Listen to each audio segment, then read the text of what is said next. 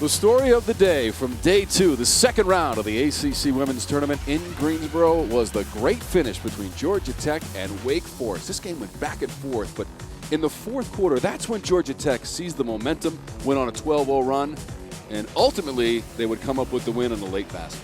As soon as Georgia Tech tied the game at 56, you could sense that was when the momentum changed. And Wake Forest may not be ready to win a game like this, but Georgia Tech was, because they made plays on both ends with their defense. They were aggressive. They turned Wake Forest over, which has been a problem for Wake Forest this season.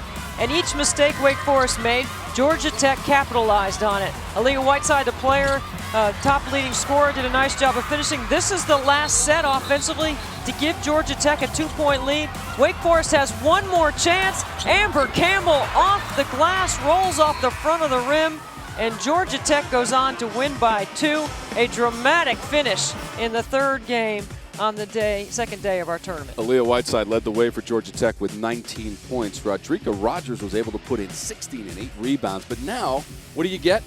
The number 2 seed in the tournament, Louisville, which only lost one game during the course of the regular season. Louisville has been one of the hottest teams in the entire country, and they've moved themselves from a 1-4 start, 3-5 start, to a top 10 team in the nation. They're trending in the right direction, and they have the player of the year, Maisha Hines-Allen, and great balance around her. This will be a really interesting game. Will Georgia Tech have enough offense to be able to keep up with Louisville? Yeah, just to get you situated, that'll be the third game of the day, Louisville and Georgia Tech. That's supposed to start at 6 p.m. Eastern time. Prior to that, Florida State and Miami will start it off 11 a.m., Notre Dame and Duke at 2, and then Syracuse and NC State, they will play the final game of the day in the quarterfinals to see who makes it to the semis on Saturday. You got all that? 4 more games coming.